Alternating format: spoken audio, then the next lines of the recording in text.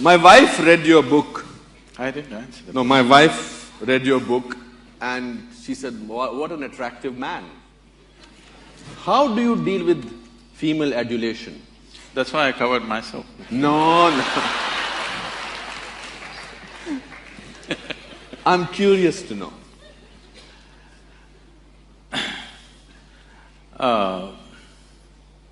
The thing is, this is a very human ailment that all the time we have to recognize people by their gender. No other creature has this problem. All other creatures on the planet, when their hormones rise, they know who is female, who is male. Otherwise, they're just there. Human beings have got this ailment. 24 hours, 365 days, they can't think of anything other than body parts. So I don't see any females or males, I just see wonderful people, so I have no issues.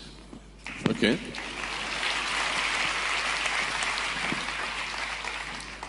There's a very intriguing… people make these great prophecies about world coming to an end, etc. Will the world come to an end in 2012? So all those people who firmly believe that the world is going to come to an end the coming year, what date do they know? We are in September 20… No, do they know what date it will come? No date mentioned. There was a date mentioned last year. Okay. We've crossed that, thank God. What I would tell them is, we have a lot of work to do. I have lots of work to do. 2013, 1st January, because anyway 2012 the world is going to end. On 2013, 1st January, all your wealth and money and everything, please write it to Isha Foundation, there's work to do.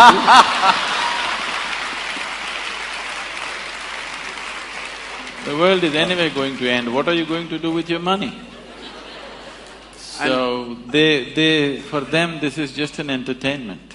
They don't believe enough to give away everything and get ready. They just want to play with it. All vain minds are always looking at prophecies. They're looking at predictions because they don't have a plan for their life. Those who are incapable of making plans always fall back on predictions and prophecies.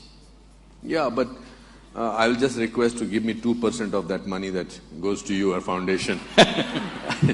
Why have you named your foundation Isha Foundation? I have no idea. The name, you mean? The name Isha Foundation. The word Isha literally means that which is in charge, or that which is the source of creation, or unmanifest or formless divinity is referred to as Isha.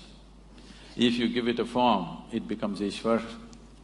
So, the yogic system is not looking at form. We are not against forms. We can use forms as a part of our growth. But essentially, the existence, the whole existence, if you look at it, not a single piece of creation, not a single atom in the existence can happen without the hand of the Creator in it. So, the forms are there. Every form can be seen as divine, but essentially it is formless. So to attain to that, the yoga is the method to attain to that. So right now as you sit here, this very body was created from within, so the source of creation is very much within you. So to attain to that state is the fundamental goal. So it is Isha Yoga and Isha Foundation. Okay. Do you pray? Till now I haven't. I have not had the need to pray. Do you believe that there is a God? Let's come to this. Before we handle God, let's handle belief first. Why do you believe something? One believes something because they are not sincere enough to admit that they do not know. There are only two ways to be. Either you know something or you do not know something. But whatever you do not know, when you bullshit yourself, it's called as belief. Instead of simply admitting, I do not know, you want to believe something. Somebody believes there is God, somebody believes there is no God. Both are in the same boat. They think they're different, but both of them are not straight enough to admit that they do not know. What is the problem in seeing what I do not know as I do not know? They have a problem because they do not understand the immensity of I do not know. I do not know is a tremendous possibility. Only if you see I do not know, the possibility of knowing arises within you. If you see I do not know, the longing to know will come. If the longing comes, seeking will come. If seeking comes, the possibility is alive in your life. Everything that you do not know, if you believe, you're destroying the very possibility of knowing. So coming to God, there are various kinds of beliefs across the world.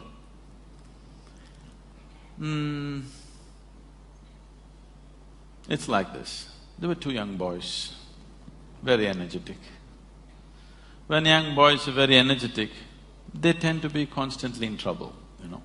So these two kids are always in trouble, two brothers.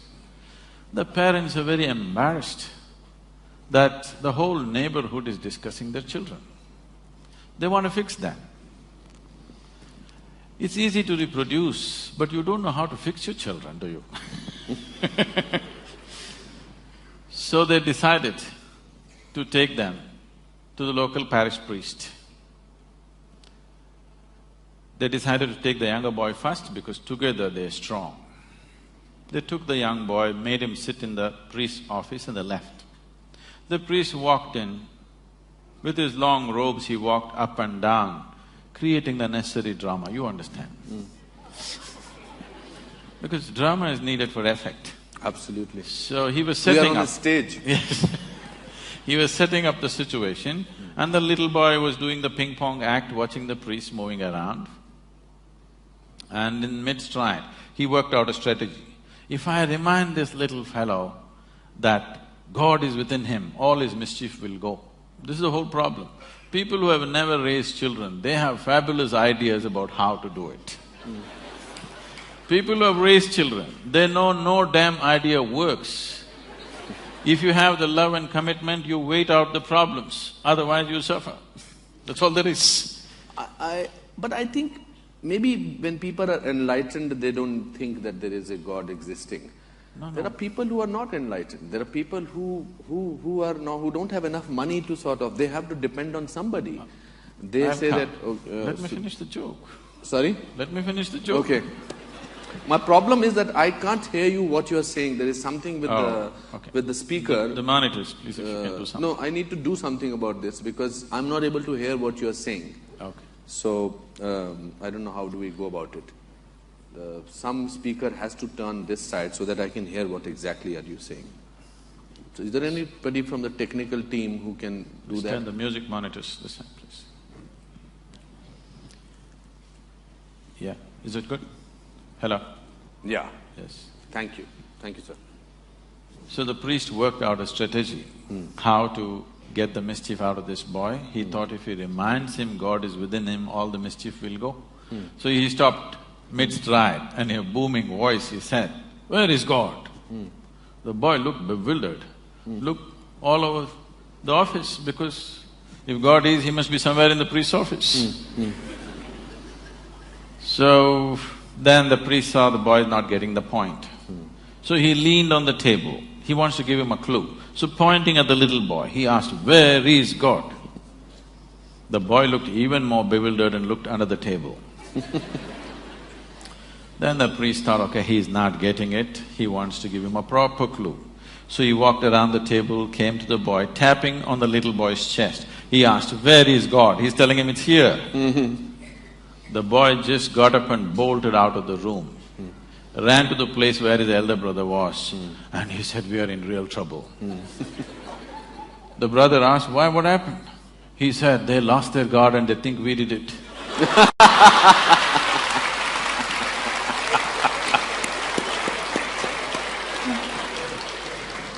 So, there are belief systems and belief systems and belief systems. But at the same time, the idea of God is universal. Why this has come is, see, the moment you're born, you look around, there is so much creation. You need an explanation. So you look at your mother thinking she could have done it. Well, she delivered you, but she can't do the planet, you know. You look at your father, he doesn't look like that. You look at many other adults, they don't look like that. So you need an answer. You ask somebody who's little larger than you. Instantly they say, there is somebody up there who is doing all this. But see, we are sitting in a round planet, aren't we? Are we? We're sitting in a round planet, not even in the North Pole, at a certain latitude, and the planet is spinning. If you look up, you obviously look up in the wrong direction. Every time you thought Upar Wala and looked up, you're completely looking in the wrong direction. I don't know how many prayers went waste like this. But at the same time, there is creation. There is something which is the source of creation. Because we are not able to nail it as to what it is, because we are human, we give it a human form. If we were buffaloes, I'm sure we would have thought it's a big buffalo, for sure. Because we are human, we think it's a big man or a big woman or whatever. So, it is perfectly all right for people to create a god. This is the thing about this culture. Here we have 33 million gods and goddesses. Because this is the only culture which understood God is our making. There's something called as Ishta Devata. You can create your own god today. If you can look at all the existing gods, if you don't like them, you can make your own god. A tree in your garden, a rock in your garden, your mother, your wife, anybody you want, or whatever you want. You like this vessel, you can make this your god. Nobody thinks anything weird about it in this country because we understand this is our making. After all, in every piece of creation, the hand of the Creator is there. Whatever you can relate to, you use that, it's perfectly fine. Yeah, that's why we worship stones. We want to… No, we don't worship stones. We worship the source of creation in the stone, which is a piece of creation. We also want to have the… I don't want to argue on this. So, do you think all our epics, Mahabharata, Ramayana, Shankar, Ram, Sita, they are fake? No, they have a historicity. Okay. There are buildings to prove that they were there. It's still in dispute. The dispute is on means they were definitely there, isn't it? Okay. Kiranji, namaskar.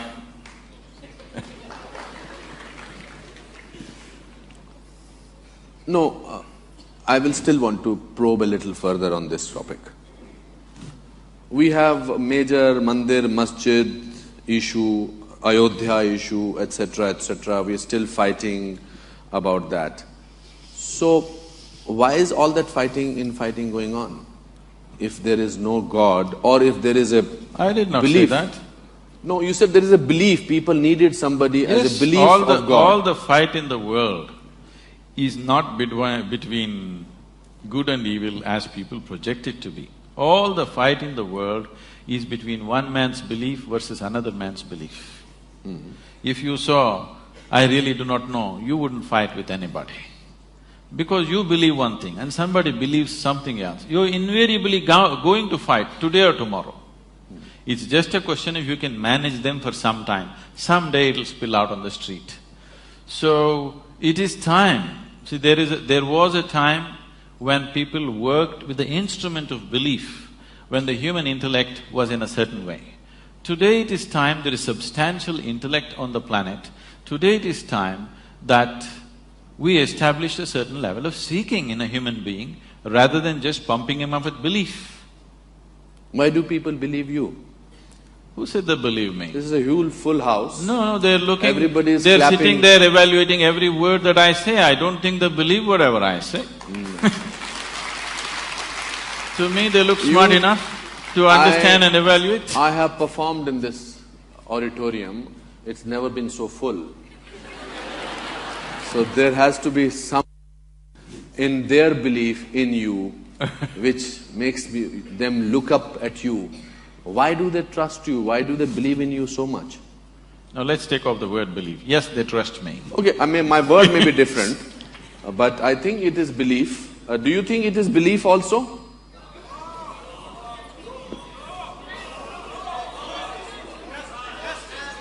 Okay, just a minute.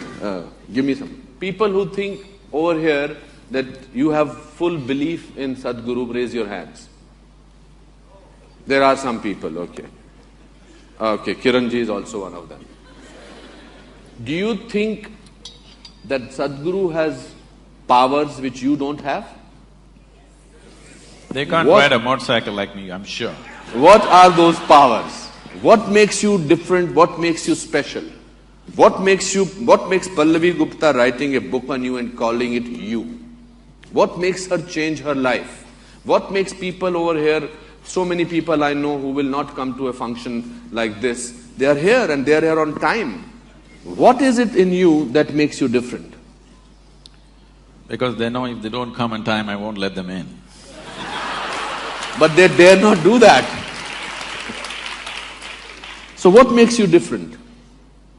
Also, I read in the book that at the age of 9 or 10, you wanted to find out things. You got hold of snakes, you went into the darkness, you went into the cycle and you wanted to see whether the cycle, you fall down from a ditch. Today, if any 10-year-old child will start doing it, he said, I'm going to ape Sadhguru because he did that. I don't think any of the mothers are going to let them do that. So what is it which is so special about you? It is not special. It is just that, there was a time when we were promoting Isha Yoga, we used to print a brochure and it said, ordinary to extraordinary. Okay. So they come day 1, day 2, day 3, and we are teaching them some basic fundamentals of their life that they've missed, for sure. Simple things. And then they asked Sadhguru, you said we will become extraordinary. We thought we'll become extraordinary or we will become special. I said, I never said you will become special, I said you will become extraordinary. More ordinary than others. Everybody is desperately trying to be special. When you don't try to be special, when you just live as life is, that you don't try to make yourself special, because wanting to be special is coming from a certain an emptiness or a certain inadequacy within a human being. Where is the need to be special? Every human being is unique in his own way. If he tries to be special, he'll only end up aping somebody, he will not be himself. So, when the life is unique, every leaf on the planet is unique, every atom in the existence is unique, where is the need for you to be special? Being unique is better than being special, isn't it? So what is different? It is not a question of something being different, it is just this. See, the very nature of the existence is like this, the very nature of what's happening around you is like this. If you convert if you convert mud into food, we call this agriculture. It's the same mud. Can you eat the mud? Can you take it on your plate and eat it? No. But if you wait, you put a seed and wait, the same mud becomes food, and how we value it and eat it. But it is something else, but when you eat it, it becomes flesh and bone, it becomes you, and it's so valuable for you and so many other people. So this is the way of the life. What is filth will become a flower, if only you mature it in the right direction. This flower, its beauty and its fragrance comes from filth. The more filth you put at the root, better the flowers will grow.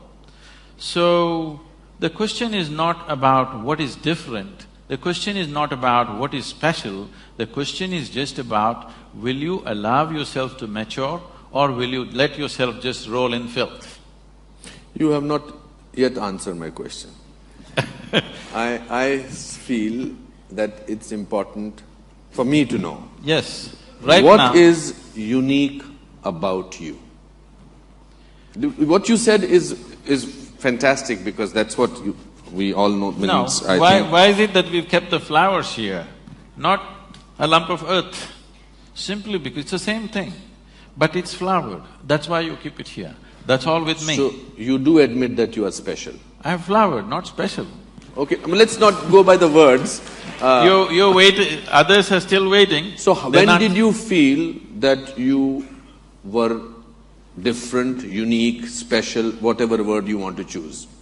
When did you feel, at what stage of your life you felt that you wanted to share your knowledge with the people? And when did you feel that you want to tell the people that there is something ordinary and there is something extraordinary? See, it's like this.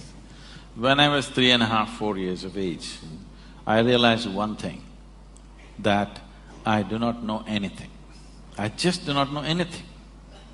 To such an extent, if somebody gives me a glass of water, I keep staring at this water for 3-4 hours at a stretch.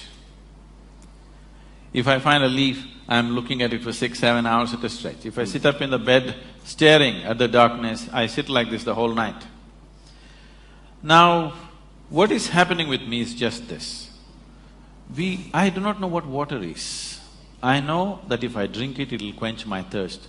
But even today, do you know what water really is? You do not know. With all this science, have we understood even a single atom of creation in its entirety? We have not. So if I look at the water, I still do not know this, so I did not know how to shift my attention to something else. I would just be stuck with this. In this condition, they sent me to school. Yes, I read that quote about you going to the school. So I went and stared, paying absolute attention to the teachers. The kind of attention nobody would have paid them, total attention. Initially I heard their words, I understood what they were saying. After some time, I realized they were only making sounds, I was making up the meanings in my head. Even now, I'm only making sounds. Because you assume you know English language, you're making up the meanings, isn't it? I am trying to. If I suddenly speak in Tamil or Telugu or something, I would be just making sounds as far as you're concerned. So once I realized that they're only making sounds, I'm making up the meanings, I stopped making meanings. I just looked at them. Suddenly the whole thing became so amusing, somebody going on making noises. So a big smile spread on my face. They were not amused. So after some time, I wouldn't even hear the sounds. I would just see all kinds of, things, reverberations happening around the teacher. After some time, I wouldn't even see them. I wouldn't know that they exist, but I would be still staring. So my schooling passed like this. So about 2 years ago, 2.5 years ago, this school where I studied over 4 decades ago, they came to invite me for their 125th anniversary. They were inviting all the prominent alumni of the school. So they came and invited me. I said, see, why me? Because I was not just a not good student, I was not even a student. I only went there when it was really necessary. So they said, no, our school has produced union ministers, our school has produced film stars, our school has produced cricket stars, you are the only mystic, you have to come. So I went. So I went and stood up in the quadrangle to speak the same oppressive buildings, and I looked at this classroom, suddenly this came back to my memory. I was 11 or 12 years of age. As usual, I was paying absolute attention to the teacher, but I don't hear a word of what he says. So teacher is trying to get a response from me. 35-40 minutes he tried very hard. He couldn't get a word out of me because I don't hear what he's saying. Then he held me by the shoulders, shook me violently and said, you must either be the divine or the devil. I think you're the later. So till then my problem was, what is this, what is that, what is that, what is this? I knew nothing.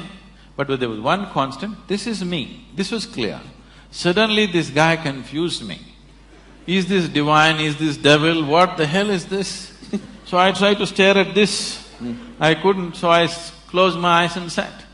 When I just sat there staring, my dear father, being a physician, he started thinking I need psychiatric evaluation.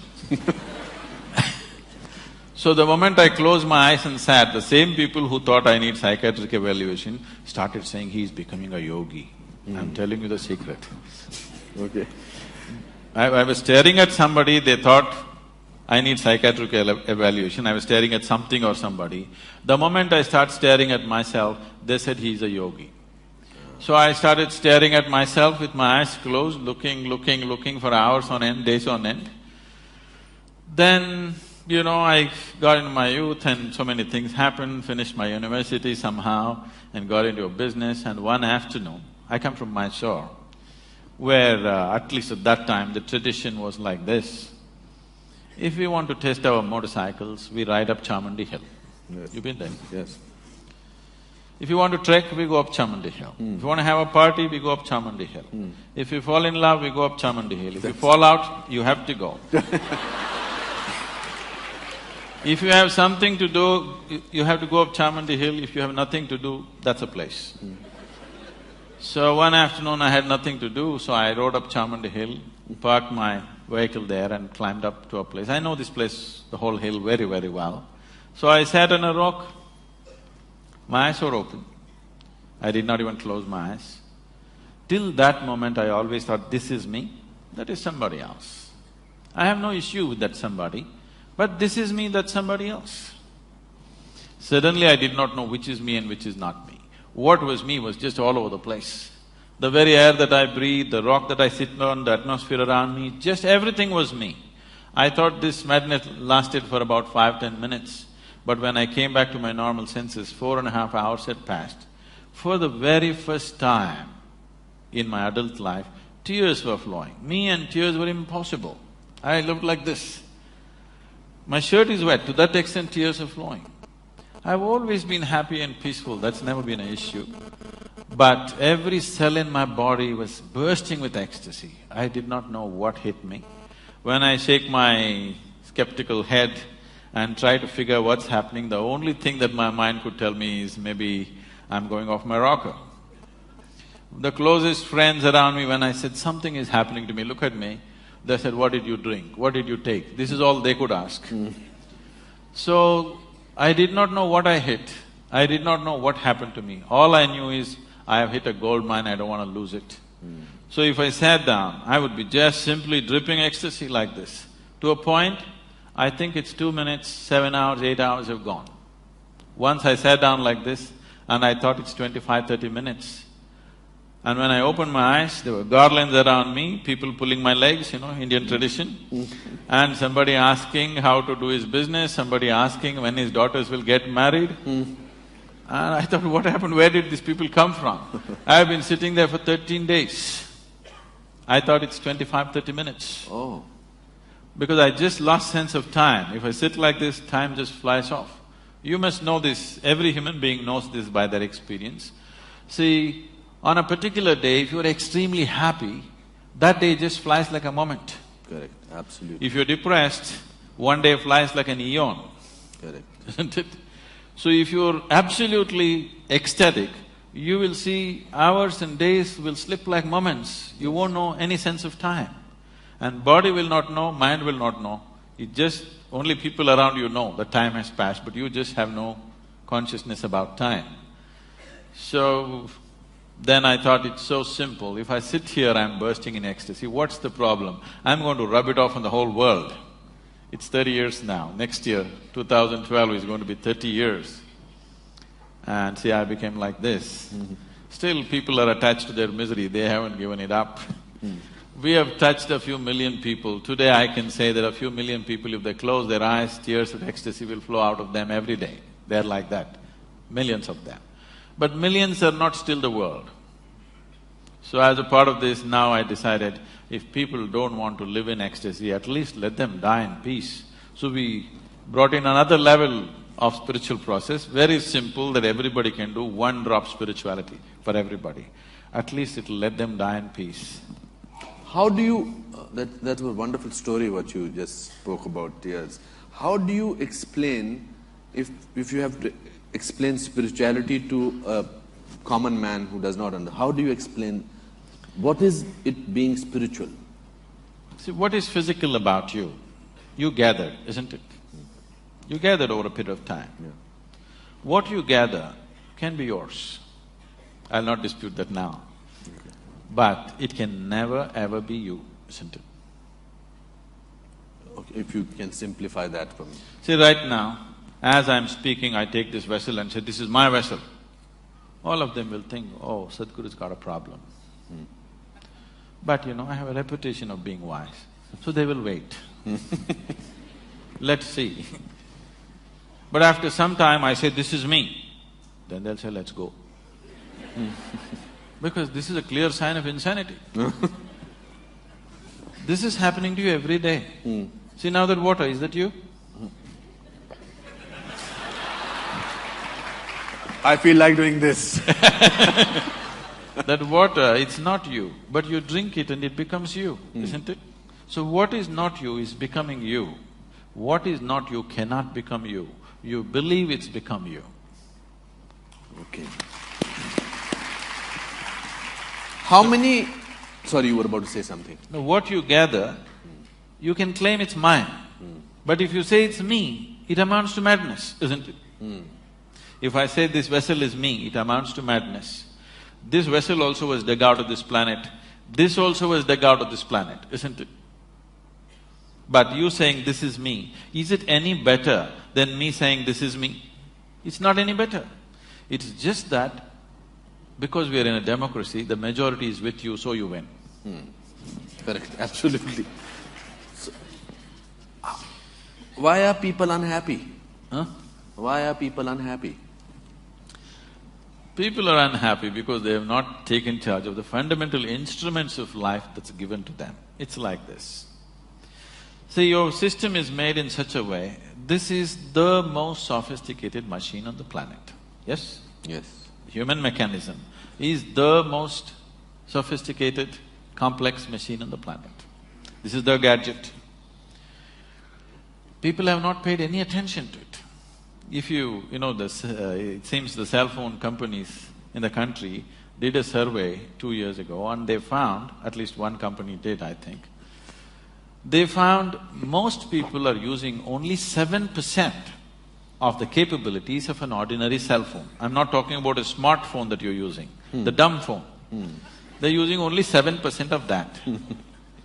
If you're using only 7% of an average phone, this gadget, which produces that gadget, what do you think is the percentage that you're using? It's way below 1%, I'm telling you. What it means to be human has not even been attended to. People have not even looked at it. They're just busy wanting to become something, not realizing who they are. When the very source of creation is throbbing within you, there is an intelligence here, there is a competence here that if you give it a piece of bread, it will transform it into a sophisticated machine. When such an intelligence exists within you, when such a competence exists within you, what the hell are you trying to become? If even a drop of this intelligence enters your daily life, you will live magically, not miserably. So misery is not a product of Mumbai. The misery manufacturing machine is not in Mumbai. The manufacturing unit is in human mind, because they have not made any attempt to understand how it works. They have not paid any attention. They're paying attention to everything around them, not to this one. But this is the greatest happening right now, isn't it? The greatest happening in your life is that you're alive and throbbing right now. Isn't this the greatest thing? Everything else is secondary, isn't it? I completely believe it. You see, in Greek theatre, they said that fate, Kismat played very important role in your tragedy. But in modern tragedy, they say human beings are responsible themselves for tragedy. There's nothing modern about it. In this culture, we always said your life is your karma. When we said your life is your karma, what it means is, karma means action. Whose action? My action. So when I say life is your karma, we are saying your life is your doing. This is the only place on the planet where we have always told you, your life is your making. Your life is not God's making. Your life is your making. When we say it is your karma, we clearly telling you your life is your making. So right now, your experience of life, whether you experience joy or misery, it happens from within you, isn't it? At least what happens within you must be determined by you, isn't it? What happens around you? Too many people are there. You have to take their help.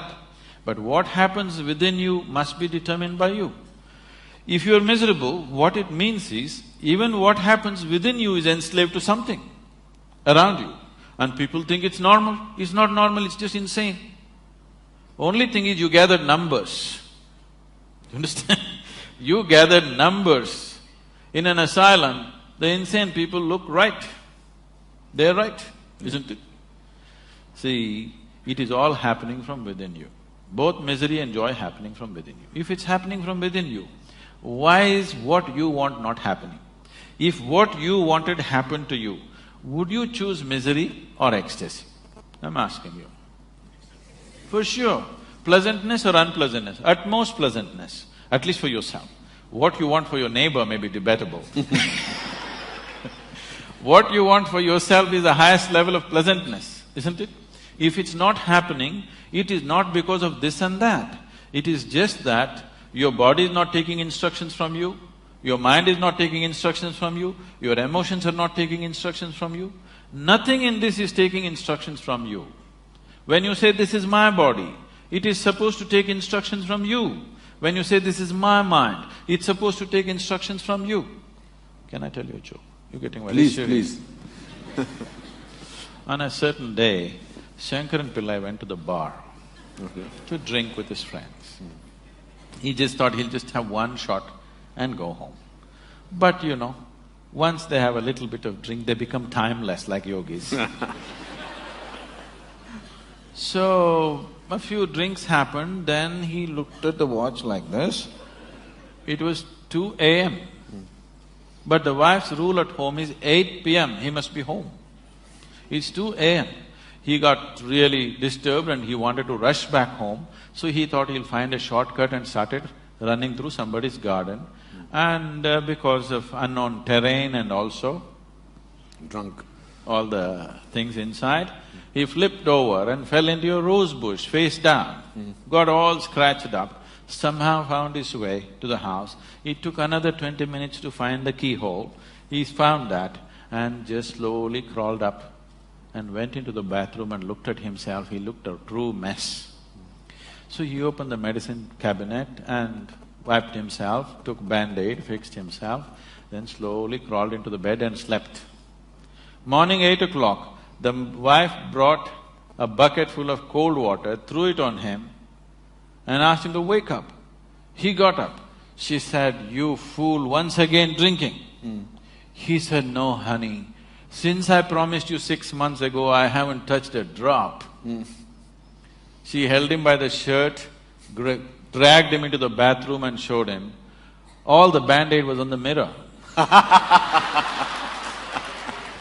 Now, this is the attitude people are taking. Right now, if this is feeling unpleasant, you want to fix that one.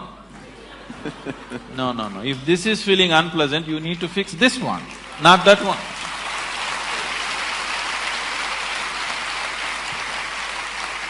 There is a beautiful shairi on this, what you narrated just now. I must share it with me.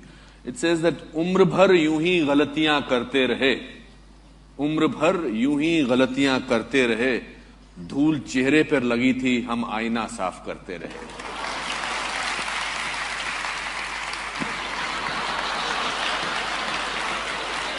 Thank God he admitted some things he does not understand.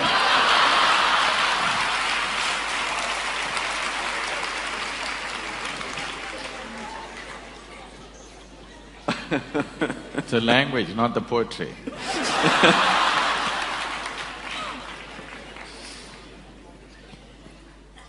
I feel very proud to be an Indian, and I'm sure a lot of people feel. But corruption bothers me, and I'm sure you also spoke about it. How do you think spirituality can help get rid of corruption to some extent? So let's understand this corruption, because it's a very important thing that everybody understands this properly in its right perspective, rather than reacting against a bunch of people who are in an advantageous position, okay? Why I want you to understand this is because for the first time in the history of independent India, these 64 years, that means 2 generations of people, they have at least 50 to 60% of them have had such a bad deal. Today, you and me will talk all this and go home and eat well. Correct. There's a whole bunch of people, almost 400 million people, who cannot do that.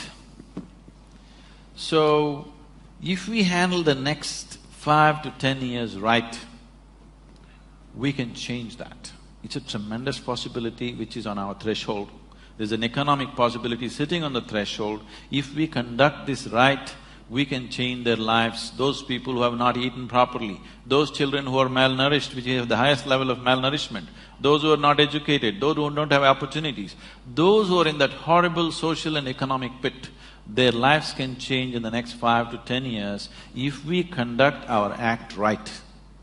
Every Indian should understand this. It is not just about economy means stock market. It is about hungry people who will have food on their plate. Economy does not mean stock market, economy does not mean foreign cars coming into India, economy does not mean you wear better clothes or this and that. Improving economy means there will be no hungry children in the country, which is something all of us should do something about.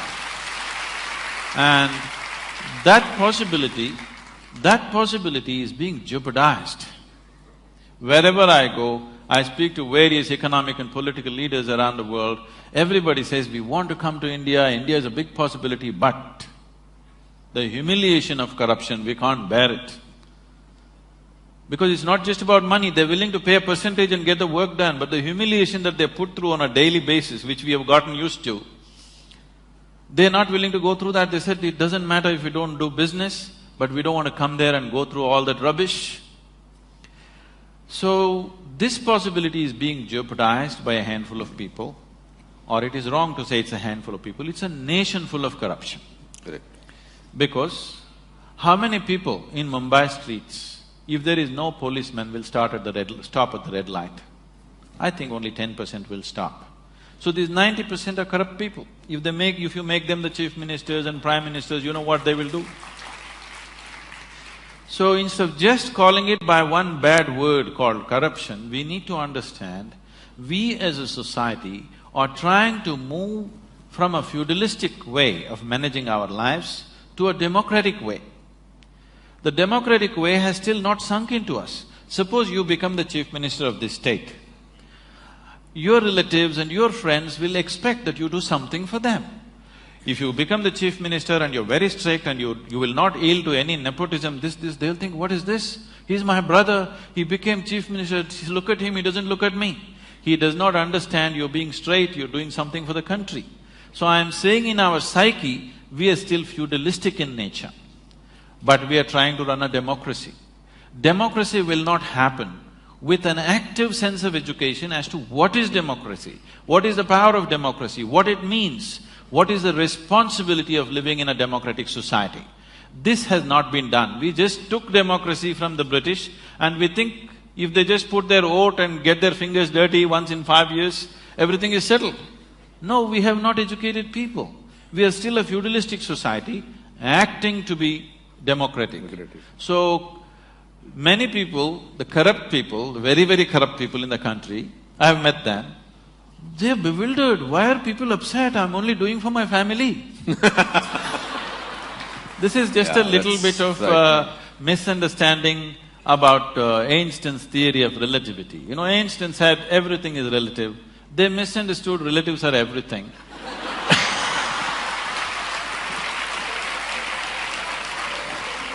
Let me ask you a hypothetical question.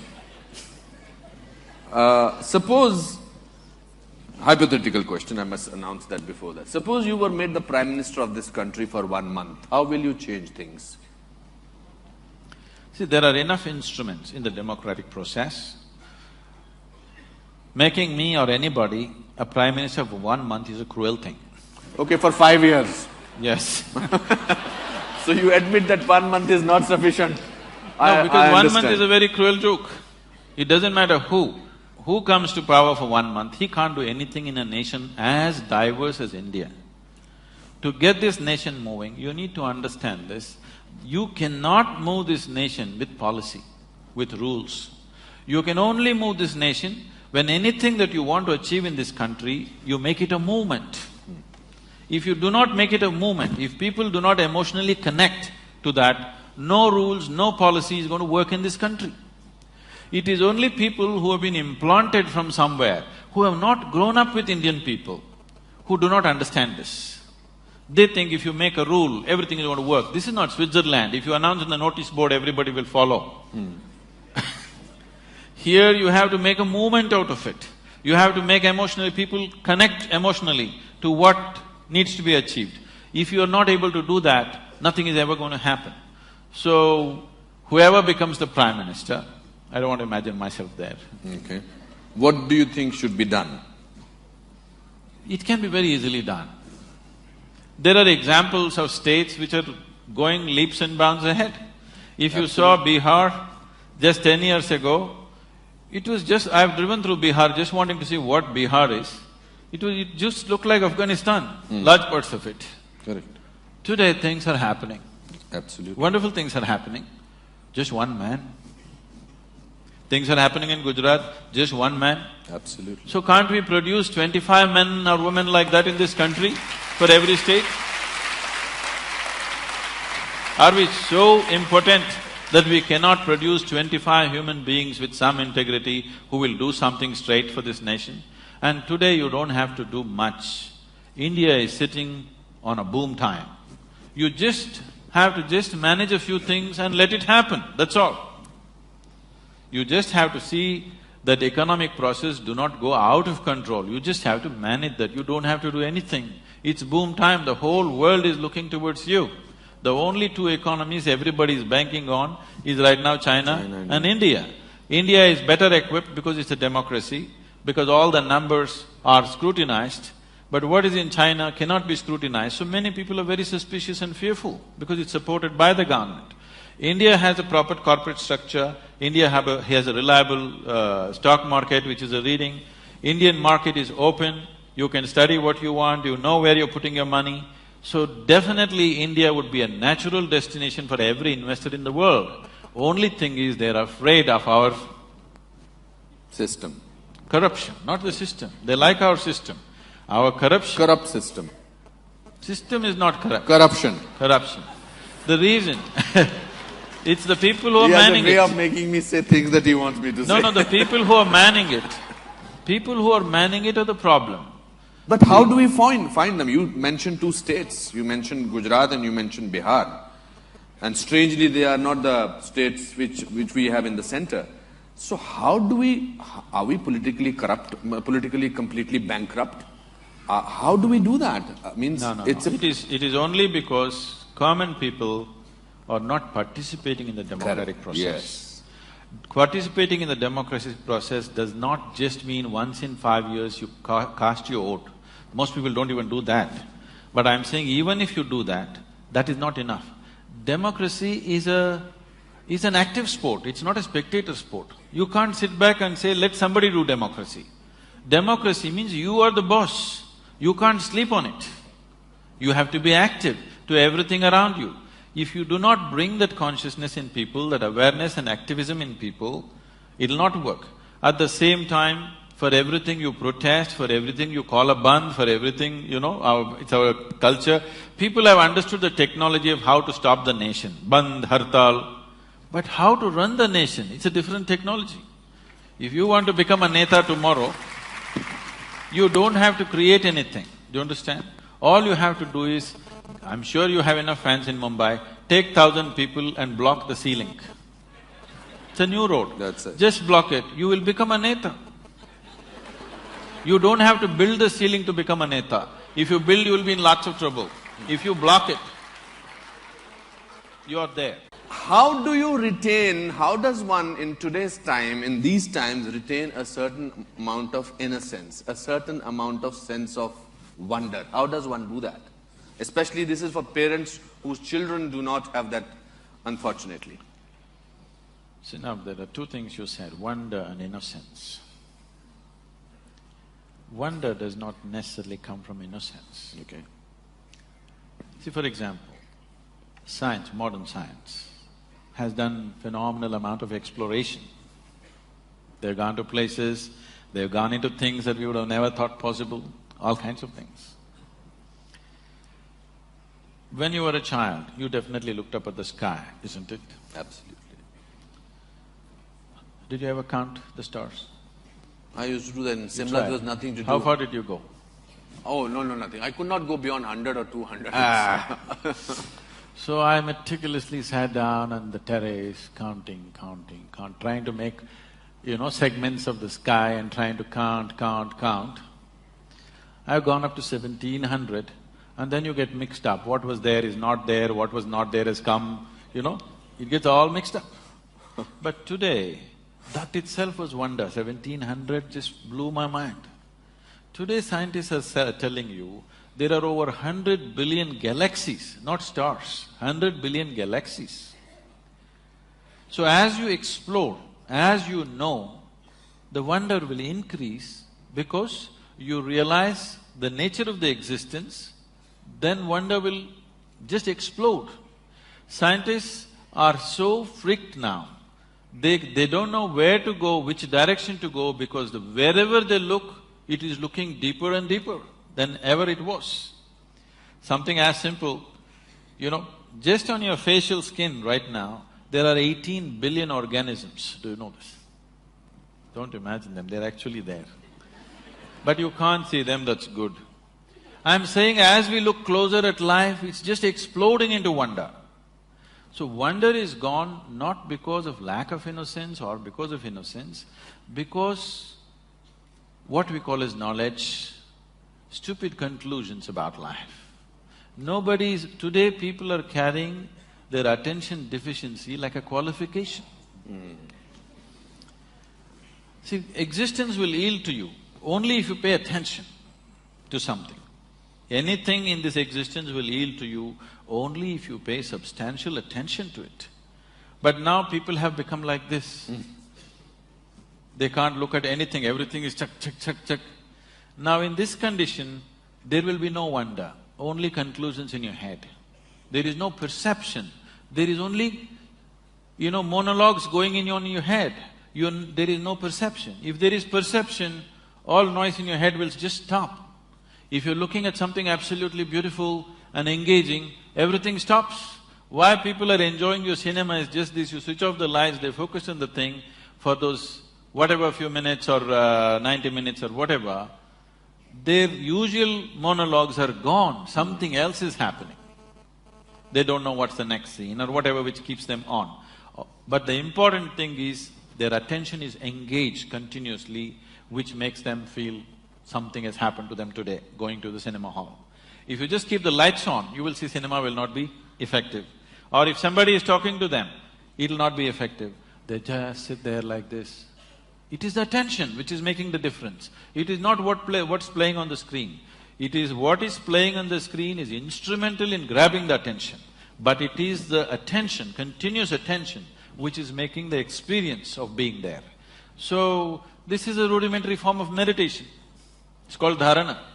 It's mentioned in the 7 different forms. So how does one in today's time retain that attention span? One simple thing is, if I say yoga, that will be a bad thing because it's like I'm promoting it. No. Everybody must do something about themselves. Every child, every school should bring this dimension that a child is required to pay attention to something continuously. It could be music, it could be dance. See, you cannot do music or dance unless you pay attention to it, You'll make a fool of yourself if you do not pay enough attention. But you can pass an examination without attention. Yeah. Understand? That's right. Above all, if you I've seen this simple thing. Children came to us, we have a Isha home school, which is done in a very different way. I one day went to the assembly, all these 6.5-year-old kids, they're all like this. I said, why are the kids like broken tops? Why are they shaking around like this? Then I just brought this thing, simply every day in the morning, Sari Gama Pada Nisa, 15 minutes, everybody must do. You go there after 2 months, they're all sitting like this. That's all it takes. If you just make them walk in the forest in the night, one night, okay? In the darkness, you just make them walk, you will see they will become like this. Their ability to pay attention will become like that. Their sense of wonder will explode. You just take them into the jungle, make them walk for a night without torches, without cell phones, without anything, in a protected atmosphere, you will see within one night, there'll be a tremendous transformation in the sense of wonder in the child's life. But we are making them physically incapable of these things. Sitting just in front of the computer, they're becoming physically incapable. When physically it hurts, they will protest, they'll not do anything. So it's something that parents must take care of. Bringing up your child does not mean just sending him to school and getting marks and grades and nonsense. Your child in body and mind should grow up to full capabilities. That is when it will manifest in his life as success. Just marks will not manifest as success. For that, parents also have to be… Of course. Peaceful and restful. Do you get angry? You want me to right now? It's not that I'm incapable of anger, I'm capable of everything. It is just that I have not given this privilege to anybody that they can make me angry, they can make me happy, they can make me unhappy, they can make me miserable. I have not given this privilege to anybody. If somebody need to be shouted at, boom, I'll go. So what makes you angry? It doesn't make me angry. If they need a shouting, I'll give it to them.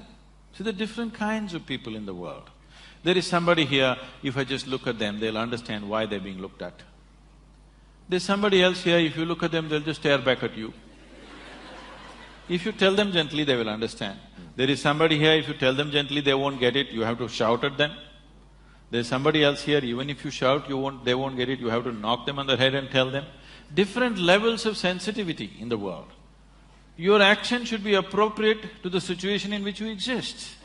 I am not bound like this, I will not say this, I will be gentle, I will be nice, I have no such things. I am just appropriate to the situations in which I exist. What you need, I will do. If you need only shouting, I will do. What's my problem? What's your shortcoming? Huh? My shortcoming is, I'm not tall enough. You're the tallest man right now you're here. We know that. I came little short. What is your shortcoming? Others should tell me, isn't it? If I knew, I would fix it. If I knew what's my shortcoming, I would fix it. You are a person who self-evaluates, I'm sure, very well, who knows himself. If he knows the world or he feels that he knows the world, you know, must be knowing yourself. What is it? See, this is… I'm restless, like let me put it, I'm restless. I don't know how I'm talking because it's wonderful to listen to you, but I'm restless, I know it. So I think it's a shortcoming, I need to settle down. What is your shortcoming? It's very difficult to explain this because you're looking at, okay, as a person everybody has pluses and minuses like this. It is not that I am all plus, no minus, I'm not thinking like that. It is just that it's very strange. I'm not really a person, that's my problem. I can… in any given moment, I will just make myself as it is necessary for that situation. Sometimes if it's not successful, I will adjust it a little more. So it's just that I'm made like this, if I sit like this by myself, I don't have a single thought on my mind. If I sit…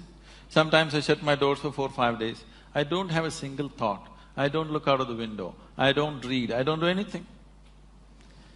So, I don't have a personality as such.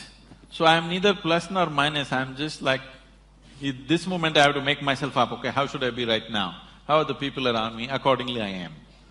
Otherwise, maybe in certain moments or in certain situations, I might not have succeeded as well as I could have because I did not grasp the situation at that moment, as I should have. But what is the plus in me, what is the minus in me? First of all, I don't know where is me, because I make it up. You also make it up, you're an actor. But I don't act, I really make it up. And everybody is making it up, but they believe it's true. I know it's not true. So, I don't know how to add pluses and minuses to me when I don't exist as a person. When was the last time you cried? Every day. Not out of ecstasy, but out of feeling for somebody. Every day, I would say. Out of compassion, out of… That's what just now, see, I'm like this. If I step on an ant, tears may come. If my mother dies, I'll simply sit there stoically, without a teardrop coming out of my eyes. Not because I have nothing for her. It is just that… it's very difficult to explain. When I want, I can go. When I don't want, I just keep quiet. So right now, Pallavi was playing that movie. I just saw those kids. I know every one of them in the village, they've all grown up now. This is some 4-year-old shot. I was just there 2 days ago and these kids were all over me. So when I looked at them, naturally a teardrop comes to me. Then the photographers come, I just suck it back. Okay? So I'm saying everything that happens within me, I've 100% made it a conscious process. If I want right now, I can go into tears. If I want right now, I can laugh. If I want, I can just sit still here without doing anything. You can make a very good actor then. If you are so controlled with your emotions that you can… Right now I can see tears in your eyes. No, I mean, if we go into the close of Sadhguru, we know that. So you were while talking. So… What is… do you feel lonely? Lonely? I've never been lonely. Okay. Because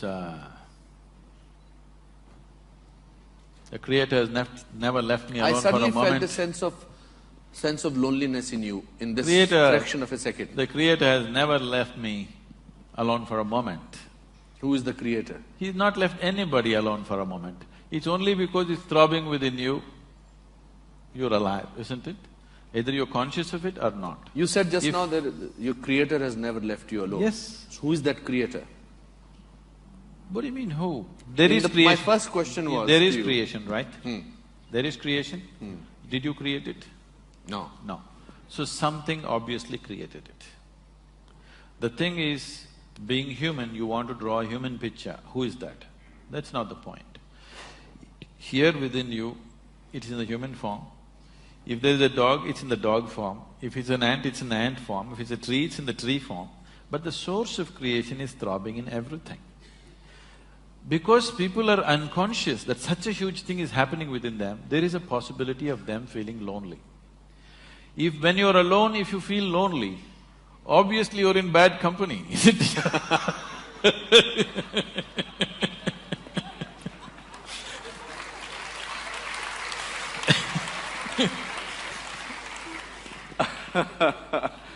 It's a great journey to be talking to you, I must say. If you have to describe, before we go to the questions to the audience, if you have to describe yourself in one word, what will that word be?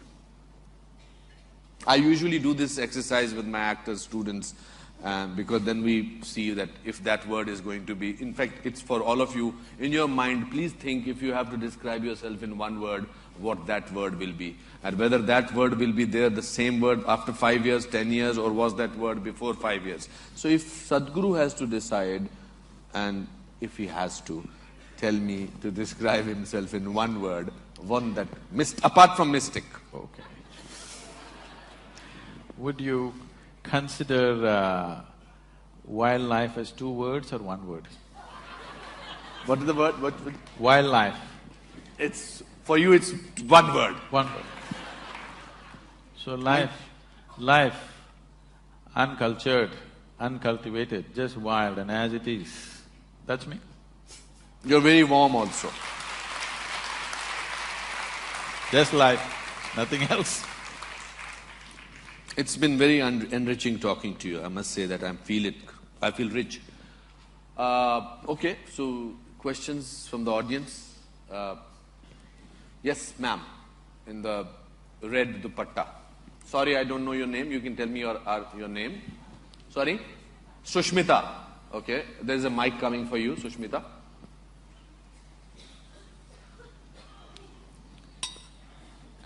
Firstly, I'm overwhelmed to see both of you. And I went through the inner engineering program like 2 months back. I'm very thankful to Sadhguru for it. My question is related to what Sadhguru just said, that if you want to bring the difference in India, we all need to step out and do things on our part. So recently I was in a village of Bihar. I was doing things, I saw people there, we were finding out about the schemes there, that whether they are reaching the people or not. But the thing is, when I explain that to other people, they are very negative about it. Like, whatever you do, nothing is going to change, the system is not going to change. How do you change that kind of attitude? That question is to you. I am only the question. I think if I have to answer that question, since he allowed me to do that, I think you have to carry on. You don't get bogged down by people.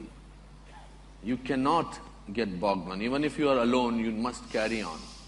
There's an incident that I went through when I used to work for Dilkush Special School for mentally challenged children. Sister Dolores, who was a Spanish nun, I told her that I want to teach here, but don't tell anybody because they will think that I'm doing it for publicity. So she said, then don't do it. I was a little surprised. She said, out of 100 people, if 4 people believe you, for us those 4 people are very important. So I just want to do that. That's what I…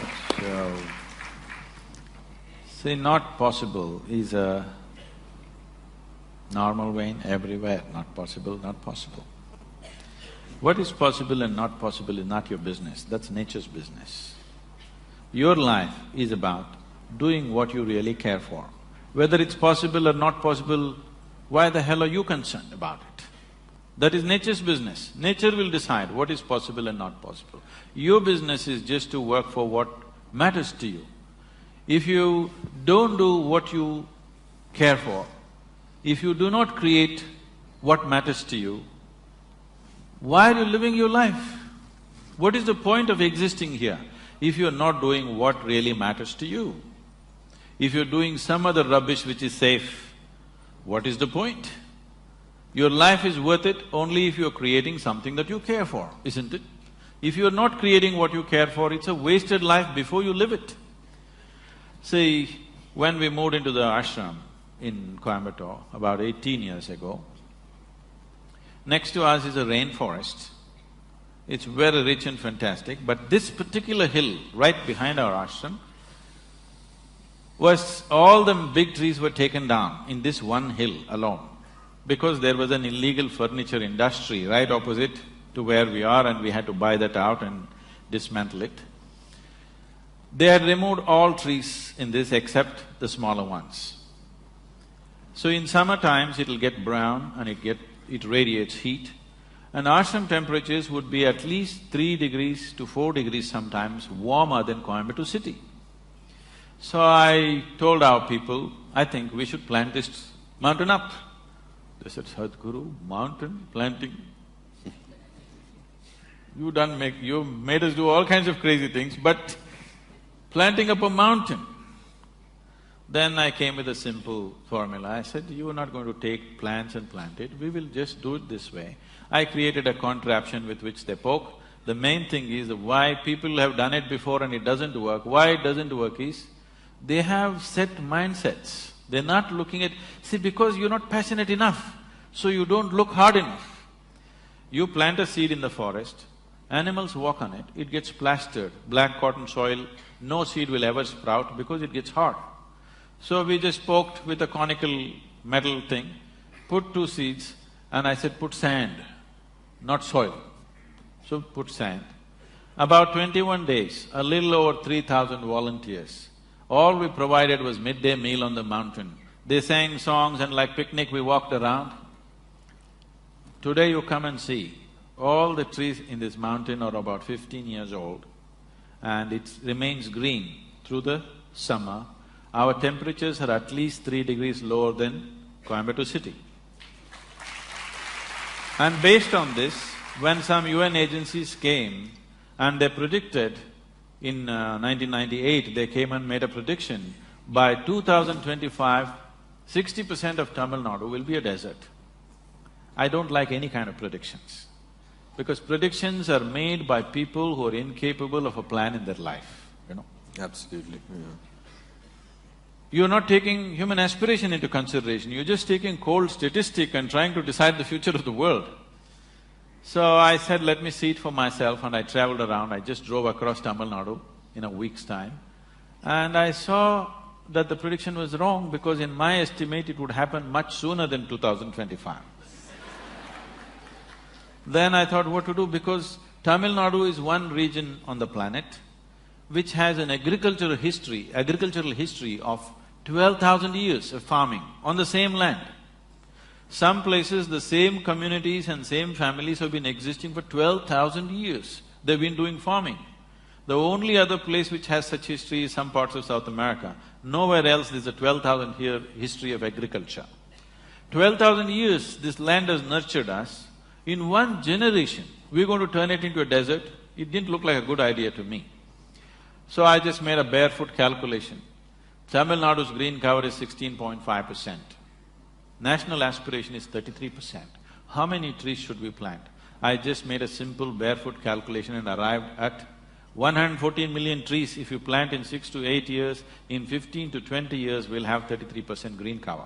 So I called a group of people and said, we need to plant 114 million trees. Their eyeballs flew, Sadhguru, do you know what that number is? I asked them, what's your population, Tamil population? They said 62 million. 62 million people. If all of us plant one tree today, nurture it for 2 years, plant one more, what's the number? You got it? Why is it? Even a beggar on the street can plant one tree, isn't it? It doesn't need any capability.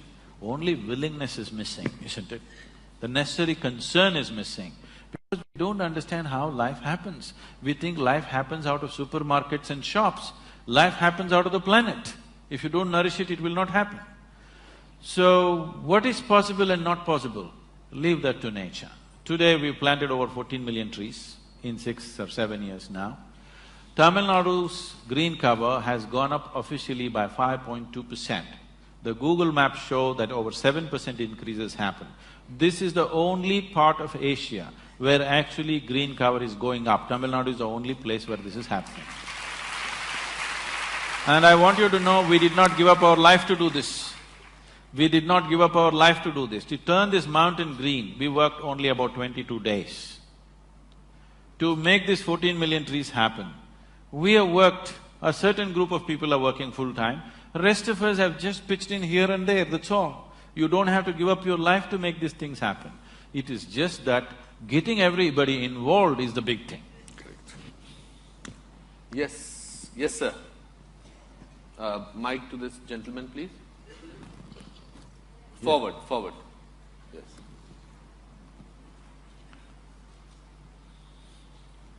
Namaskar, Sadhguru. So my name is Kamal, I'm a 42-year-old professional. Little closer to the microphone. I work in a complex technical environment, so just so there's some perspective. So here's my take on it so far.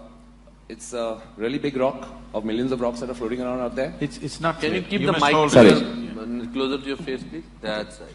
There's one big rock that we're on. It's one of millions of them floating out there.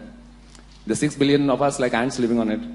We recently turned clever, about 5,000 years for us, and we did… I'm really not getting it. You must hold the microphone like… Okay, I'm sorry. It's quite safe, you must… Okay. Okay, we'll start again. Yes. So there's 6 billion people living on this world. We recently turned clever, maybe about 5,000 years ago for us, and Western civilization maybe 2,000–3,000 years, and they think they're very clever. There's no mass consciousness on the planet. There's no combined or individual instinct for self-preservation of the environment. We have limited resources. The planetary system is completely out of balance due to our influence. We have faulty governance. The only form of governance that I think I like so far is a benevolent dictatorship, which you run in the ashram, and I think that's the only thing that works so far. There are separations of every kind, country, religion, race, color, creed, status. What's your question? Where's the hope? Where's the hope? What's it going to take to change this mess? Listen. I mean, all these statistics are there, that's exactly what he was saying. You're looking at all the horrible things. You're not looking at all the beautiful things. The earth is still spinning on time. Sun is coming up every day in the morning. Flowers are blossoming. The earth is still rich. Human beings though they lost a little bit, they still have their brains in place. So, look at the possibility rather than going on looking at what's not working. I am not saying we should not understand what's not working. Yes, we have to understand what's not working. But don't fill yourself with that. Fill yourself with a dream to create a possibility. Why sitting here, a young man like you going on saying this happening, that's happening, where is the hope? You'll only get depressed. You getting depressed is not a solution.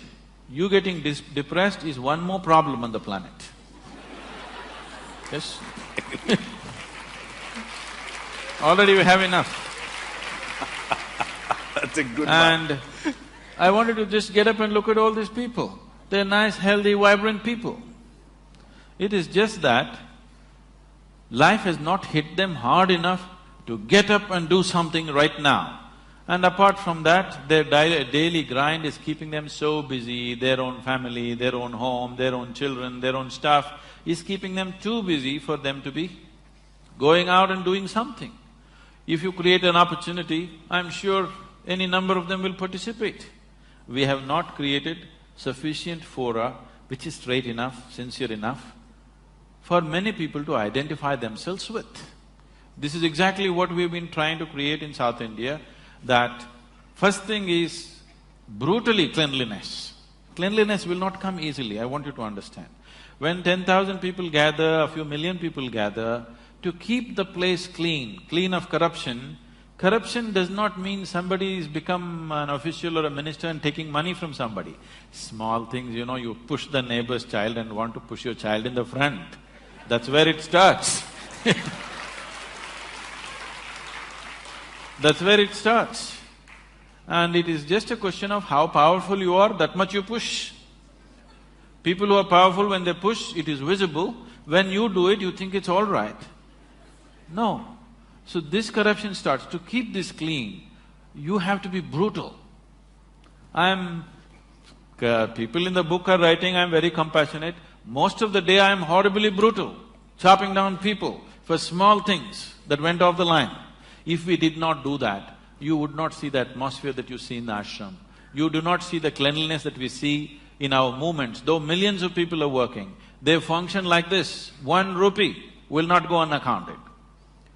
So, this will not come easy. Brutality. Every day what I do is not compassion, not love, just brutality, really. Wonderful. Also, there's a very beautiful line which says that failure is an event, never a person. So, I think you have your answer. And as Sadhguru said, let's not have one more problem on the planet. Yes, please. Kiranji wants to ask a question. Yes. I'm sure it's for him. Not for me. It's not working.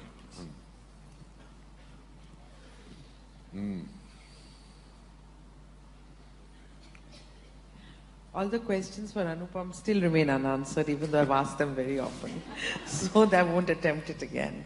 But I want to say that I'm very privileged to finally see you in person, and have been wanting to do so for many years, but somehow it has never been able to, it hasn't happened.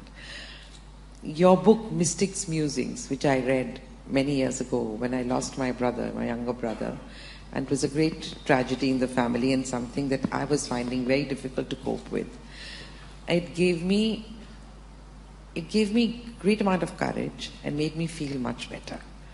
I don't know why it did. Maybe some works of philosophy take you into a realm where you're supposed, where it just makes you feel better that you're just a part of a greater design and nothing to feel so sorrowful about.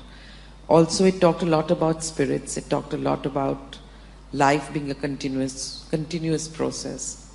So there are about 100 questions I want to ask you, but there's one thing I've been very curious about after reading the book. In that you write about when you and your wife, everybody was constructing the Dhyanalingam, and you talk about how her grasp of life slipped from her. It became the thread of life or the grasp of life, something to that effect, became very fragile when she could not hold on to it and she passed away. What exactly did you mean by that?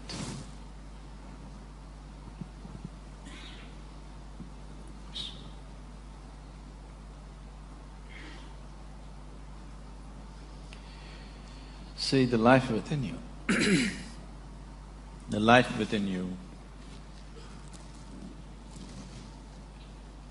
manages to stick to the physicality of who you are. We have already been through this. Physicality is something that you gathered. It is not you, it is material. It is just a piece of this planet. What you gathered from the planet, if it has to stick to the life that you are, you must be in a certain level of reverberance. If you drop in intensity below a certain point, you can't hold it. That is called as dying of old age. There is no such thing in the world anymore as dying of old age, because doctors have decided you cannot die of old age, you can only die of a heart attack or a liver failure or a kidney failure or something. You cannot die of old age anymore. If you have seen anybody close up who are dying of old age, you can see his eyes become feeble, life becomes feeble. It's like the body is struggling to hold it, but it can't hold because it's become too feeble. If the reverberation goes below a certain level of intensity, it can't stick to the body, it will leave. So that is generally understood as leaving peacefully, because without struggle it just passed on. That's the reason why the word passing on has come. You're supposed to pass on, you're not supposed to kick out. So that is if the intensity drops. Another way to leave is you raise the pitch of life's intensity to such a pitch, it went beyond normal pitch, then also you leave the body. So spiritual sadhana is trying to get the pitch of your life to the highest point, because only if the intensity of life is high, it's like the voltage is high, that's why the lights are bright. If your voltage is low, the lights will be dim, your awareness will be dim, your perception will be dim, all you will know is just survival process. So you want to pitch it up. So when you pitch it up beyond a certain point, there is always a danger that you will slip out. So we will fix certain things. We will fix certain things when a spiritual aspirant is progressing with a certain rapidity, we will fix the body in a certain way so that that cannot happen. Just yesterday I was, at the ashram satsang when we were there, one lady asked why women are asked to wear, the toe rings. What do you call this in Hindi? The toe ring, not toe you're not yeah. wearing. Bichwa. Yes. So it's called mettu in South. Why women are asked to wear toe rings when they get married? Because marriage was supposed to be such a huge experience that they could leave the body. At the age of 8, they would marry them. They will never see each other till they're 14 or 15. But emotionally, psychologically, she is cultivated to believe that her husband is like God. When she meets him, life will explode. That possibility in the child's mind has built up. When she is physically mature, she is brought into marriage. Because in this country, in this culture, there is no business, there is no marriage, there is no child, there is no family. Everything is just a tool towards your liberation and mukti. You get married because you want to use that as a tool to your liberation.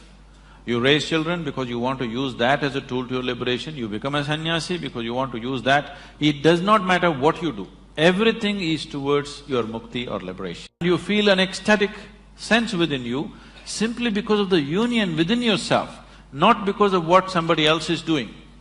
So now in a marriage, what somebody else is doing or what your husband or wife is doing doesn't matter, just the way you are is an explosive experience. This is how a lot of women lived in the past, because the process was very scientific and it was done properly. So they put this metal on the toes and also on the ring finger always, because if there is metal and certain strategic places in your body, you will not accidentally leave your body. So when you do spiritual sadhana, when we notice somebody is becoming very intense, first thing is, I will give them a simple copper ring, which they must wear, and they cannot remove without you also. They must wear and they cannot remove without permission. Because if this simple metal is on the ring finger, when they get into certain states of exuberance, by accident they will not slip out of the body. So she got into such exuberant states. Naturally, certain little bit of jewelry things were there. These things were never discussed till that point. There are many things I refuse to discuss because devices will work well only when people do not know how it works. So we just put it on people, we never explain. But when this situation happened, I had to explain what happened. She sat there on a full moon day evening with everybody. There were people around, and after 5 minutes, it is in the shrine, she got up and went. My eyes are closed, I knew she got up. I got a little irritated, because nobody ever gets up once they sit down. Till we say it is time, nobody ever gets up. And of all the people, my wife getting up and going, a little irritation in me. Why is she getting up of all the people? Then I ignored it and I sat down. After 5 minutes, she came and sat down. In another 7-8 minutes, she just went like that. When I looked, she was gone, with a big smile on her face. Then I looked, she has removed her nose ring, she's removed her bangles, she removed her toe rings. See, she did not know intellectually, but at that moment she felt this is what is stopping her. And she pulled out all those things, kept next to the wash basin and came back. And she sat down within 7-8 minutes. But this is not something that happened accidentally. She announced this almost 9 months ahead of time. She had prepared my girl, who was only 7 years at that time, that she's going to leave in this month, but it happened 1 month early for various reasons, so that's a different aspect. But this is not new in this country. Any number of yogis just sit down, announce to everybody and leave their body. This whole process started 1 year before that. 1 year before that, there was a yogi called Nirmalananda in the Biligiri Rangana Betta in Karnataka. Anybody been there? BR Hills, you been there? Oh, it's a fabulous place. So, he lived there. For 14 years he lived in silence, just in the 4-acre ashram, he never stepped out of it. I met him in a strange way. I used to trek in those mountains. So, I go alone and trek for a week, 10 days when I run out of food and there's no way I can procure anything. I live out of the forest, but when I'm done, I come out and ride off. I park my motorcycle somewhere, I trekked for almost 5-6 days. It is rainy season, head to toe I'm in slush, okay? I'm really drenched with mud and everything. Then I came out and I was extremely hungry, I had not eaten for 2 days. I was very, very hungry. So there's no hotels, nothing there. So I had heard about this ashram. Me and spirituality were impossible at those times, that never occurred to me, I was just, in a different mode altogether. So I went to this ashram, there were about 15 steps to climb. I wouldn't get off my motorcycle at all those days, I just rode up the steps and went and parked my motorcycle, leaning it onto the wall next to his door. And he came and he looked at me and he grinned. Then I said, I'm hungry. But he was not talking, so he said, come inside. And he made me sit down. He had a little, baking thing, he baked some bread for me. All he had was this bread and honey. So he gave me bread and honey, I ate up 2 loaves of bread for making up for 2 days. Then after that, we developed a silent relationship. Whenever I went there, I would take a bunch of bananas or something and he would give me a can of honey. This transaction went on. Many years later, after things happened to me in a big way, everything about my life changed. After about 10 years, I went to see him. He didn't recognize me because, And I asked, don't you recognize me? And I smiled. He said, He said, oh, you are the guy on the motorcycle. So at the age of 73, he decided when Uttarayana comes, you know what's Uttarayana? The sun's relationship with the earth, when it moves from southern hemisphere to north, you heard of Bhishma waiting to die at that time. So he said, when Uttarayana comes, I want to leave my body. I went there with my wife and daughter, and then he cried and he said, I have built a samadhi, I'm doing all this, but I'm afraid that I may not be able to do it. Then I started discussing the technicalities of what it is, what makes it happen, what stops it, what is it that you need to do, and these kind of things. So, my wife Vijay was also there, she was listening to all this. Then we were driving back. By then I had graduated to 4 wheels, and we were driving back. Then she was silently crying. I said, what happened? She said, I also want to live like him. I said, when are you going to go? I was trying to make a joke out of it. She said, no, this is what I want to do. I said, why? What's wrong with your life? She said, no, everything is right with my life. My outside is good, my inside is feeling wonderful. I want to live when I'm like this, not when something is wrong with me. Then, as a husband, as a father of the girl, I'm trying to discourage her. But as a guru, definitely I want somebody to go as far as they can go. So from that day she asked for what to do. I gave her some simple sadhana, never believing that she will go to that pitch and intensity. Because she was not somebody who was steeped in spiritual sadhana. She's just a very alive, she's either up or down, She's either absolutely exuberant or down. She doesn't know the in-between. She's not somebody whom you would consider a yogi or established in sadhana, nothing like that. She's a very exuberant person, and that's all it takes. That you're alive, that's all it takes. It's not that you know this or that, you're just 100% alive. That's the only qualification you need. And she started working towards it, she announced it 9 months ahead, we tried to sabotage it in so many ways to slow it down, but it went the way it went. Yes, please. We'll take 2 more questions and then I think… Yes, ma'am.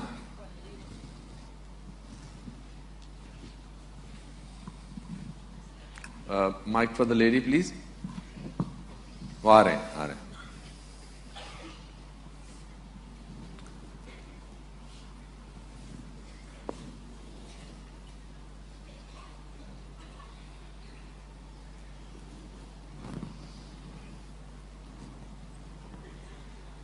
First course of Isha Yoga. I'm having difficulty in cutting the cord. Please help me with that. She's having difficulty in cutting the cord. With my attachment to my family, to my children, I get very easily disturbed by what happens within my close circle. Please help me with that. Oh, I never said you must cut the cord. I'm just telling you, unfortunately, your motherly cord is too limited right now. Just expand it a little bit. Just make it connect to every piece of life on this planet, rather than just to a handful. Beautiful. Why do you want to cut your cord? Where is the reason to cut your cord? The reason why… See, please understand this. There is a difference between involvement and entanglement. If you do not know involvement, you will never know life. The only way to know life is with involvement. If you are not involved, would you know anything? Forget about spirituality. Would you know anything in your life if you are not involved? The only way to know anything in your life is with involvement. What is lacking in people is lack of involvement. So, when involvement becomes discriminatory, it becomes entanglement. Let your involvement become indiscriminate. The earth that you walk upon, the food that you eat, the water that you drink, the air that you breathe, and the very space in which you exist. See if you can absolutely involve yourself with everything. Because The life that you are involved. If you are not involved with the air that you breathe, you would be dead, isn't it? You are anyway involved. You just have to become conscious that this is the only way life happens. You have to see that you're consciously involved. Right now you're unconsciously involved. If you're unconsciously involved, it looks like one big burden. If you're consciously involved, it will become blissful. Is your life right now, do you know scientifically today we can prove every subatomic particle in your body is right now in communication with the whole cosmos. Such a big phenomena, you're trying to ignore, that is your crime. You bearing your children, being married, that is not your crime. Your crime is you're trying to ignore such a big phenomena, which is the basis of your life and creation. Because you ignore that, you suffer. Not because you're involved with your family, you suffer. Because you're trying to ignore something so big. Right now your life is like this. Is it true that today sun came up on time for the season? Yes? Planet is spinning on time, flowers blossomed, everything in these many galaxies is happening absolutely perfectly well. But you have one nasty thought crawling through your head and it's a bad day. You don't have a perspective of who you are. You think too much of yourself. If you… see, right now your whole experience of life is limited to the physical form that you are. As a physical form, what are you in this cosmos, tell me? In your home you may be something, on the street not much, in the town nothing. In the cosmos you're not even a speck of dust. Please get the perspective right. As a physical existence, you're really nothing, isn't it? If you understand this, you would know, you would look at everything with absolute wonder and involvement. Then, one little thought, one little emotion that is flowing through your mind wouldn't be important because it's not even a concern. It is something that you are creating, isn't it? What's happening in your mind is your making. Yes or no? Can I tell you a bad joke? Please. Yes. Honest. Can we have the last question now, Sadhguru? A joke. Okay. I'm so sorry. हो सके तो मुझे माफ कर देना. A lady went to sleep. A lady? A lady went to sleep. In her sleep, she had a dream. In her dream, she saw a hunk of a man standing there, staring at her. He started coming closer and closer and closer and closer. He came so close, she could even feel his breath, and she trembled, not in fear. And then she asked, "What will you do to me?" The man said, "Well, lady, it's your dream."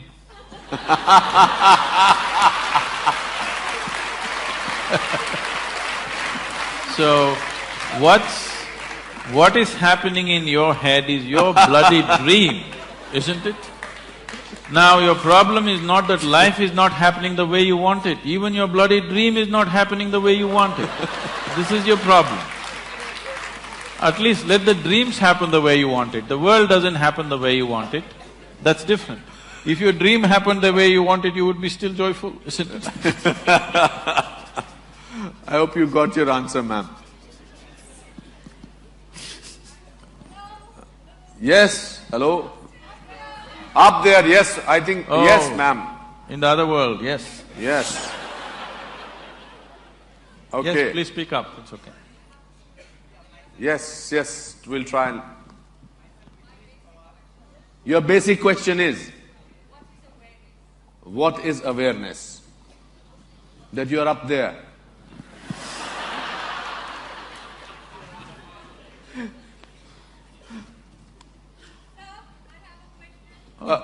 I think that lady asked a question, what is awareness? Let Sadhguru answer that. Is it related to that kind of a question? Okay, then I think let Sadhguru answer that. That no is very firm, I understand that. I somehow feel what is your question going to be. Okay. What is awareness, Sadhguru? Aliveness is awareness.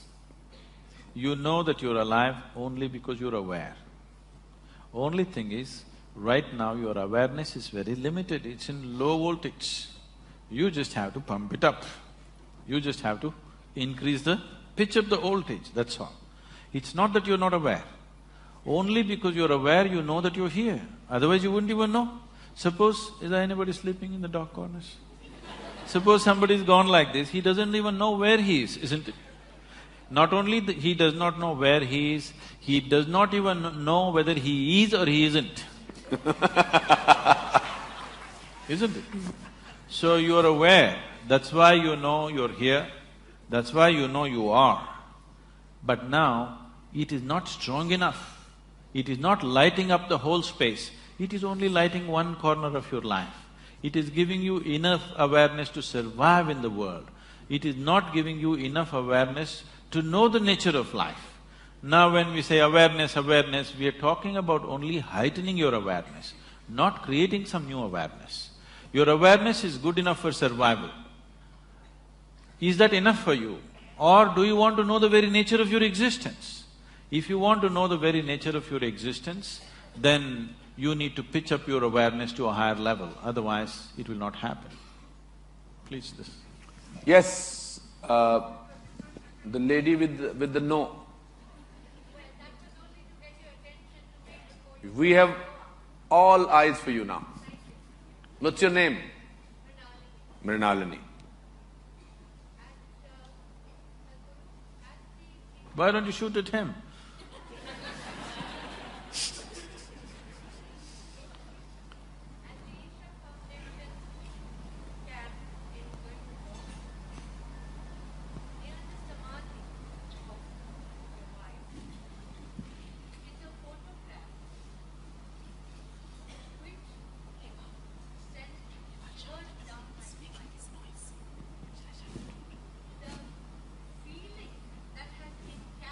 There's a photograph near the samadhi of your wife which sent shivers,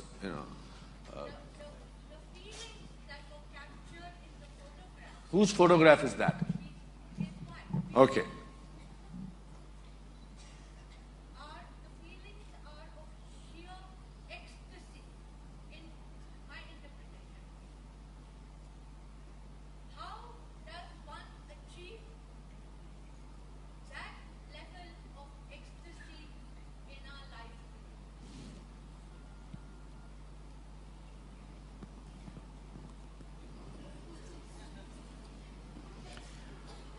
Oh.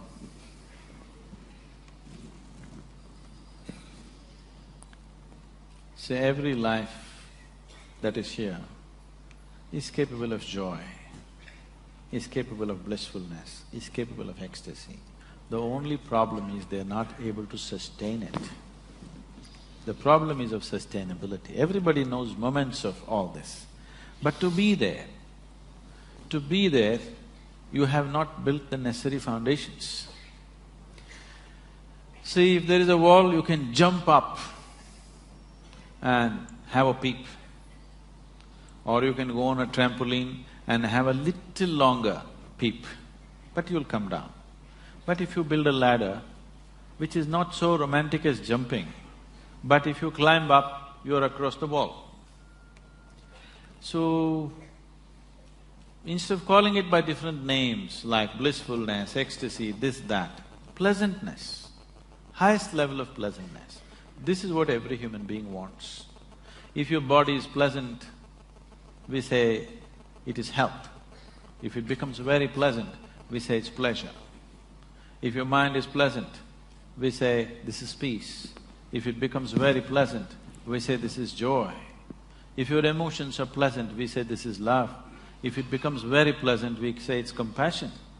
If your very life energies are pleasant, we say this is bliss.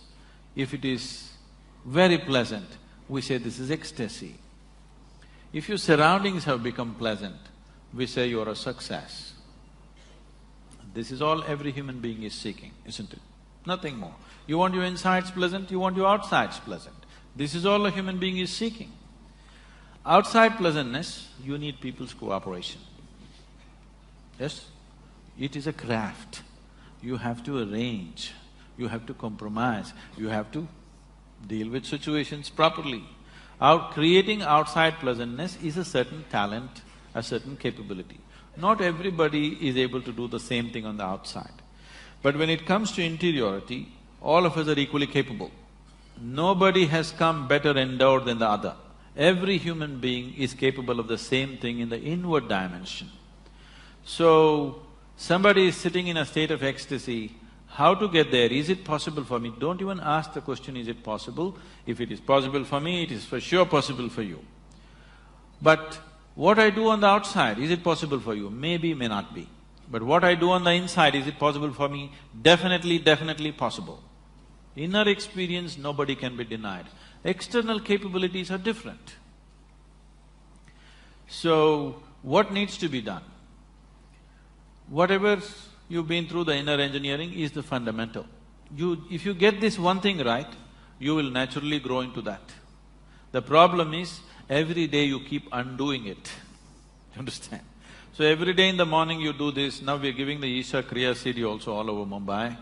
But every day in the morning you give yourself a 3-minute crash course in inner engineering.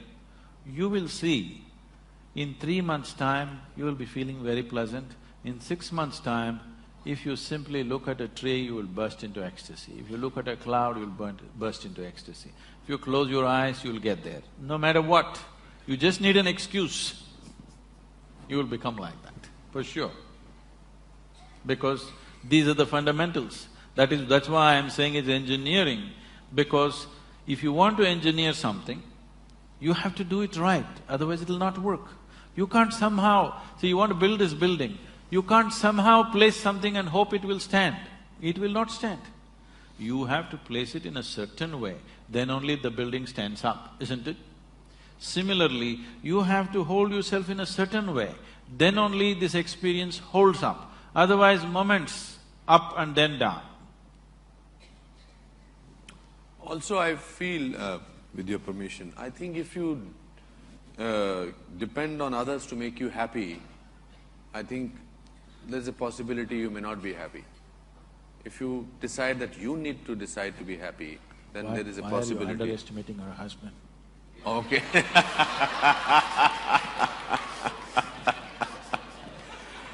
I think it's we have to stop, Sadhguru, shall we? Just 5 minutes more. 5 minutes, okay. There's a time given to me, that's why.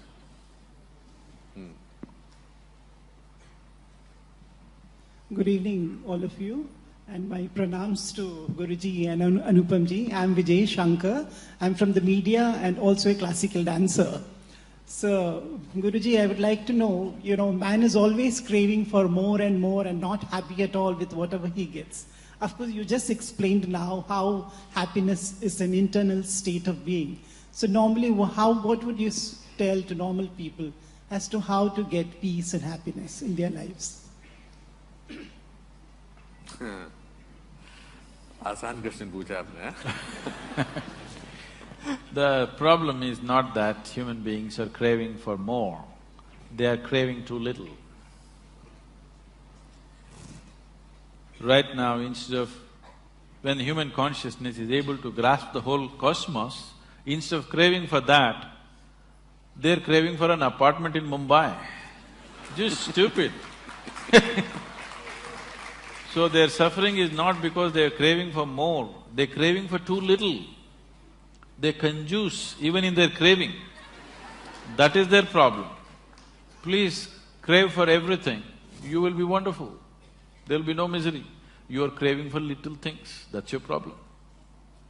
When such a big possibility is there, going for this is it's criminal, I would say. So it is because of this crime they are suffering. They are being punished for this crime, not for craving too much. They are not craving enough. When creation and creator is possible, they just want this little piece of property. That's all they're thinking of. They can't think beyond that. So they suffer. For limiting themselves, not because of craving for too much. One last question we'll take. Sadhguru.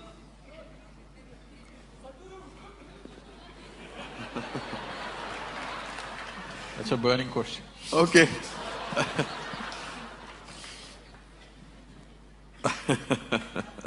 Sadhguru, I have deep gratitude towards you. I read an article about you from you in Times of India, and I was really amazed, and that led to a strong feeling. I just can't imagine. I still have that feeling. So that connection is with you. So I have been, since childhood, I have been ignored a lot of times. I feel I have been manipulated, So I'm not able to understand, what is happening actually. I always go through these things every now and then. Okay. So if you've been ignored by everybody around you, it's a fortune. You have life for yourself.